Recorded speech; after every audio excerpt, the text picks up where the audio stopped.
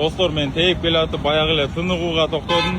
Бул жакта немелер овощи, фрукты сатат экен. Анан эмнеге мен аябай жанагыларды айтып атам да, жакшы мамиле кылалычы, бияктагы бизде жүргөн индустарга дагы депчи. Мен келдим, велосипедти койдум, отурдум, сразу бисмилля кетти. Bir стакан сок, натуральный, сахарный тростиктен жасап келип берди. Thank you, alhamdulillah.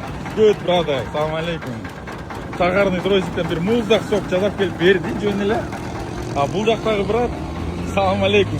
Мондай сладкий нерсе бар экен, сразу экини салып берди. Рахмат, бирди эле жейм деп, бирди жедим. Мен реально токтогон сайын эле ушундай жакшы мамиле көрө берсең, конечно, неудобный болуп кетет экенсиң. Мен эмнеге Кыргызстандагы биздин индустриялык туугандарга мындай мамиле жасаган эмесмин деп мен өзүмө дагы айтып атам. Мен силерге айтканым бул, өзүмө дагы айтканым да. Мен өзүмдөн дагы көрөм. Себеби мен деле анчалык жакшы мамиле жасаган эмесмин Кыргызстанда. Азыр ошон үчүн мен айтып атам.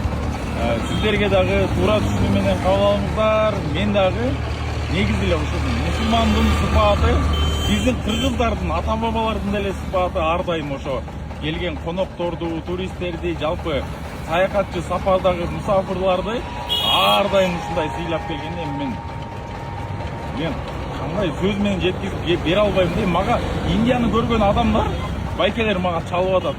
Ошондой мына айтып атсам биякта стол алып келди. Thank you.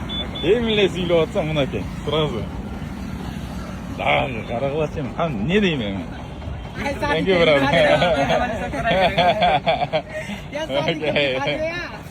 Ошондой достор, перерывдамын азыр. Тыныгуудамын, кайра жолго чыгам биркене. Могу жакшылардан берет экен. Муздак суудан неметип туруп башка ооро болдум. Мына кичине ысык тартпайт экен да, ысык тартпайт экен.